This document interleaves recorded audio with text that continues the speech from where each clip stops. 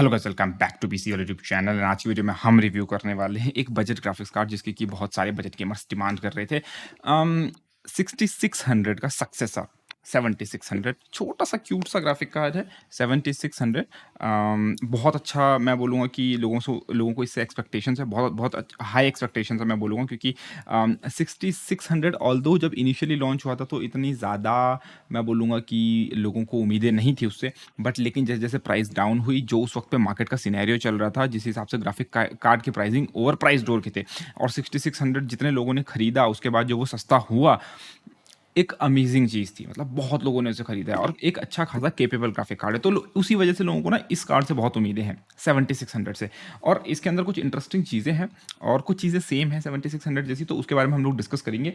तो पहले मैं तुम्हें हल्का सा ना कार्ड दिखा देता हूँ एक्चुअली में दिखता कैसे। तो बॉक्स है एक्चुअली में कार्ड, ने इसके अंदर काइंड ऑफ किधर गया दिस। तो ये रहा आपका कार्ड, छोटा सा स्मॉल सा क्यूट सा कार्ड है ना। बजट गेमर्स के लिए है, तो dual fan design, small cute सा फाउंडर एडिशन।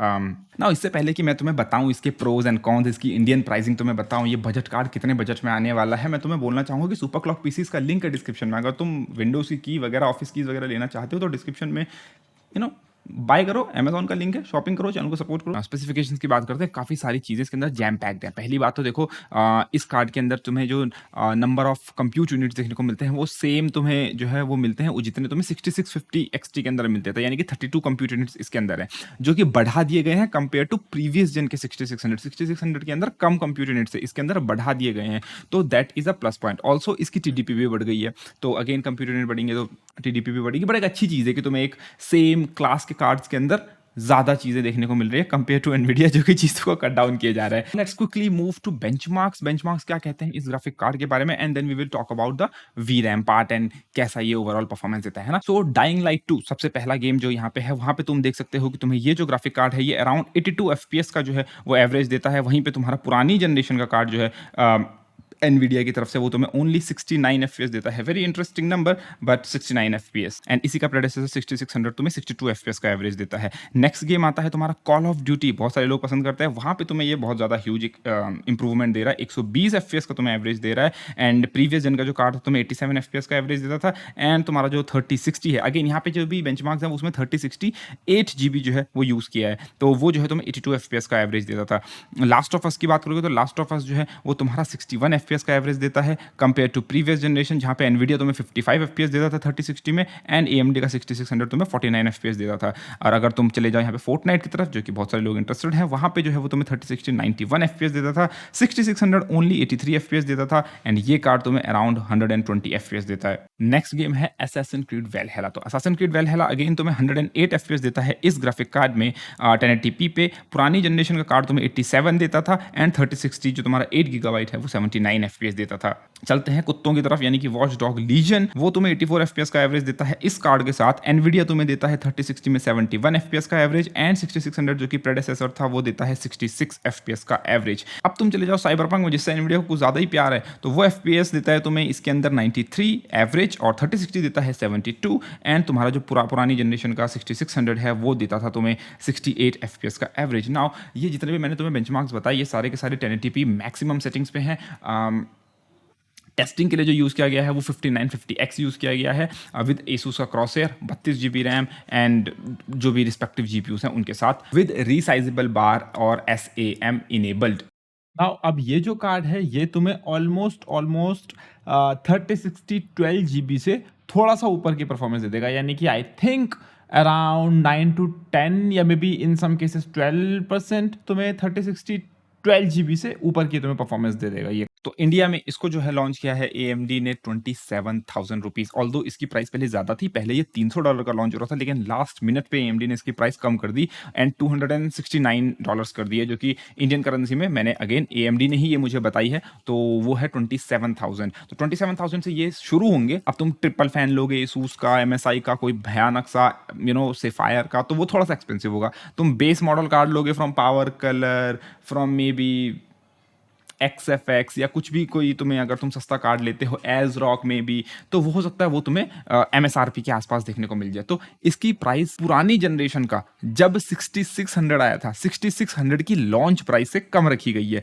कंप्यूट यूनिट ज़्यादा है, VRAM सेम है, 8x PCI लेंस ही तुम्हें सपोर्ट देखने को मिलता है। एनकोडर डिकोडर जो है वो इसके अंदर दोनों अवेलेबल हैं। TDP थोड़ी सी बढ़ गई है एंड ये 27,000 28,000 का भी मैं मान के चलता हूँ। अगर 28,000 का भी आता है मार्केट में, देखो मैं भगवान नहीं हूँ, मैं प्रिडिक्ट नहीं कर सकता तुम्हारे डिस्ट्रीब्यूटर लोग कब पागल हो जाएंगे और कब वो लोग इसकी प्राइसिंग जो है वो फिर सत्यानाश कर देंगे। बट AMD की जो प्राइसिंग मुझे बताई गई है वो 27,000 है। बट मैं मान के चलता हूँ तुमको एक 28,000 या 28,500 का भी कोई कार्ड लेते हो तो this could become a good deal.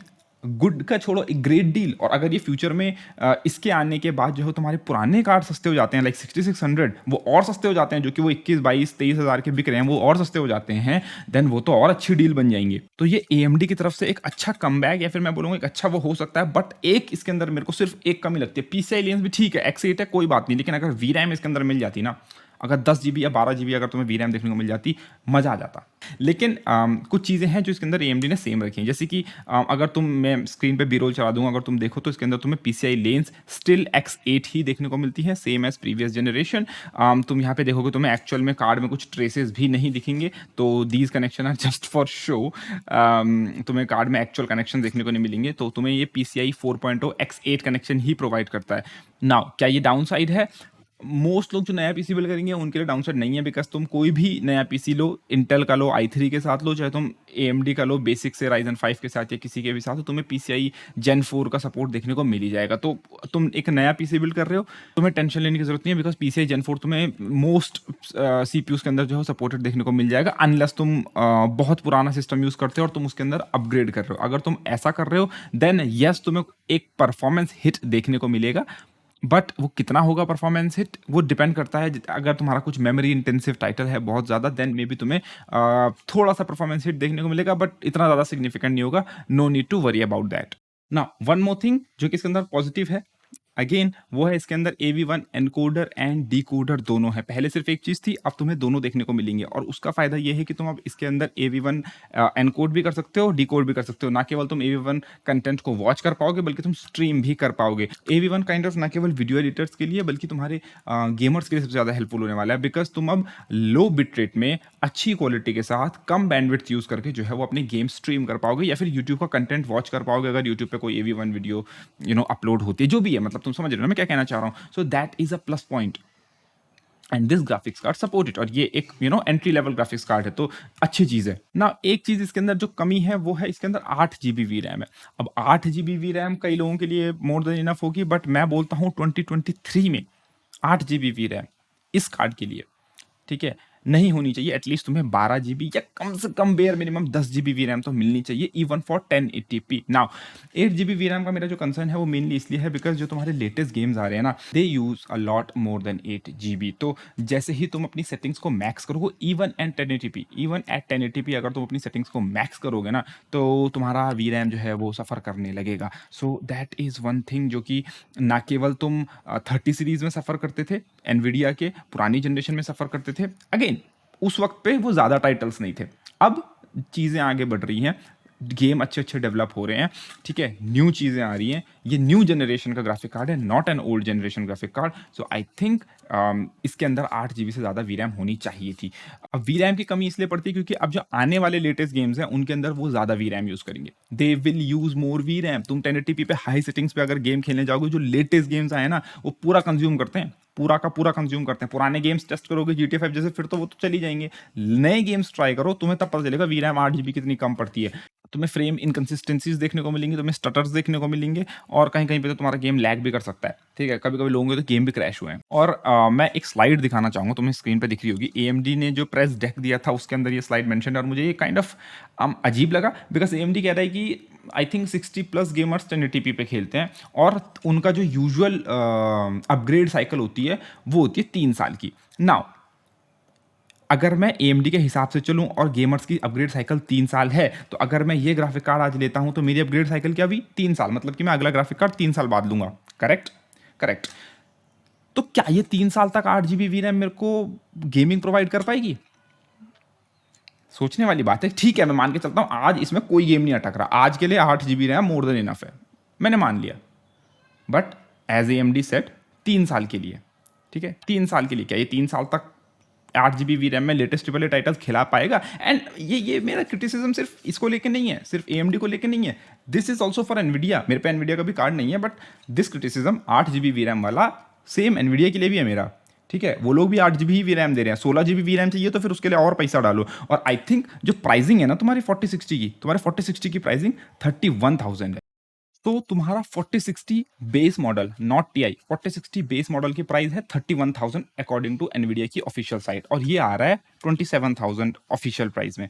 तो 27, 31 तुम कंपैरिजन देख सकते हो। उसके अभी रिव्यूज नहीं आए हैं, बट जब तुमने 4060 Ti के रिव्यू देख लिए तो 4060 के कैसे रिव्यू होंगे तुम्हें पता ही है। मतलब ऑफ कोर्स थोड़ा सा कम ही परफॉर्म करेगा 4060 Ti से। और कल तुमने 4060 Ti के रिव्यू देख लिए होंगे 8 GB वाले के, और जो 4060 8 GB वाला है जिसके रिव्यू तुमने कल देखे, उसकी प्राइस शुरू हो रही है 41,000 से। 41,000 से अकॉर्डिंग टू एनवीडिया की ऑफिशियल प्राइस। और अब देखते हैं अगर एनवीडिया फ्यूचर में प्राइस कम कर देता है तो। सो ये 27,000 का आ रहा है। अगर मैं मान के चलता हूँ ये 3060 Ti के इक्वल भी है, तो भी 3060 Ti की जो प्राइस आई थी वो 35,000 थी, launch price 35,000, this is at 27,000। दोनों में से कोई कंपनीज कुछ ज्यादा ही इनक्रेडिबल जनरेशनल गैप नहीं दे रही है, बट स्टिल सो कंपेयर जब किया जाए तो ये ना एक बेटर डील तुम्हें दे रहा है अगर ये सही प्राइस पे निकल जाता है और डिस्ट्रीब्यूटर तुम्हें सही प्राइस में दे देते हैं। इवन पुरानी जनरेशन के कार्ड से, अगर मैं इसको पुरानी जनरेशन के एनवीडिया से भी कंपेयर कर रहा हूं तो भी ये बेटर निकल रहा है। अगर तुम्हें कोई सेकंड हैंड डील मिल जाती है जो कि बहुत ज्यादा अट्रैक्टिव है, देन मे बी तुम इसकी तरफ अट्रैक्ट ना हो, but this is attractive card. बाकी ओवरऑल तुम्हें इसका रिव्यू कैसा लगा प्लीज कमेंट सेक्शन में बताओ। वीडियो को लाइक करो, शेयर करो। धन्यवाद, बाय, टेक केयर गाइस।